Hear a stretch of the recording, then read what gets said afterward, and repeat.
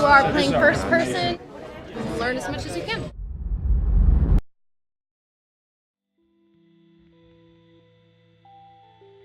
Virtual reality has the ability to make people care. Your eyes are completely covered, your ears are completely there. You're in more of a state, if you will, to be able to totally focus on what you're encountering.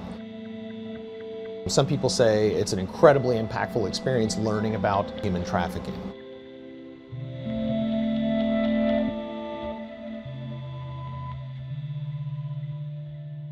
You get all the furnishings, you have to put it into the room and make it look interesting and create a little scene. My name is Billy Joe Kane. I'm the president of Radical Empathy Education Foundation. We started the nonprofit to essentially educate people about human trafficking as well as sex trafficking. A couple of years ago, my wife and I found out that our kids were actually being groomed by a sex predator. That blew our minds. What we found was our friends didn't really understand anything about trafficking. They didn't understand anything about grooming. And as I researched the materials that were out there, I found that there's very little material that's easy to access. And I just started working in virtual reality, and virtual reality has the ability to make people care. So I figured let's combine everything together and build a product that educates people, but leaves people with a memory of how this affects human beings from the inside out. Virtual reality can create these very rich, vivid experiences that can influence people's behavior and help them remember things in a very profound way. It's really important for us to understand how these really embodied experiences can affect people's behaviors, and thinking about how we can leverage it in a positive way. So when you actually peer out the window, you see the city out there. Trapped, a VR detective story, has been designed in 3 acts. So what we've created so far is the first act. So when players start, they hear a little bit about Lisa, our victim's story, where she came from, the city that she comes from.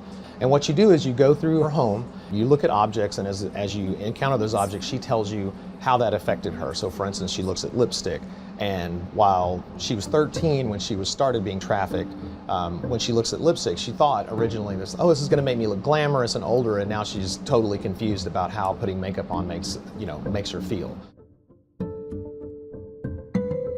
And I think that interaction with these objects that combines with Polaris Project's signs of trafficking, it really leaves an impact far deeper than just a paper list of these signals to look for. My first reaction was shock, but I think that's really what we're going for, to let people realize how bad the problem is.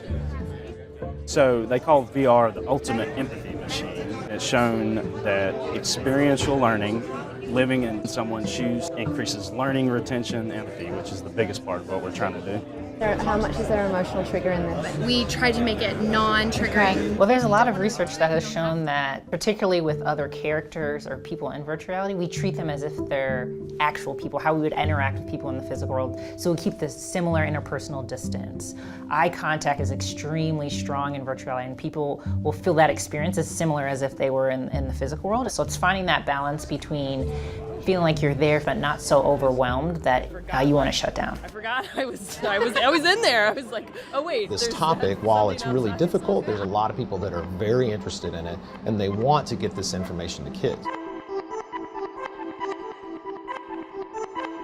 We know this is a vital tool, and we want to be part of that solution.